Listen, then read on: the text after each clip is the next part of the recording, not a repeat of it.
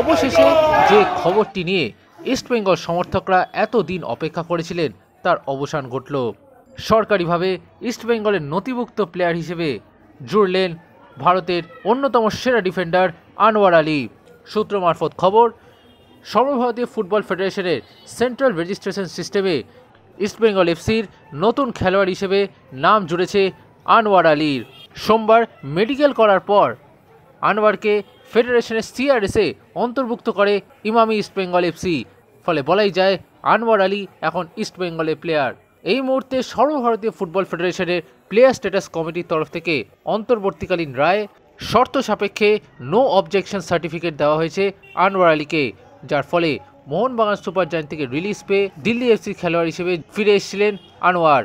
আর তারপর রবিবার কলকাতায় এসে লাল হলুদ উত্তরীয় পরে আনোয়ার আলী বুঝিয়ে দিয়েছিলেন তিনি ইস্টবেঙ্গলেই যোগ দিচ্ছেন।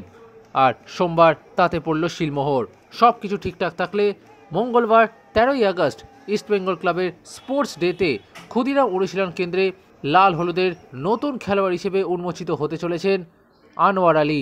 5 বছরের চুক্তিতে বিপুল বেতনের প্যাকেজে আনোয়ার আলী এবার খেলবেন লাল হলুদ ব্রিগেডের হয়ে। Extra time.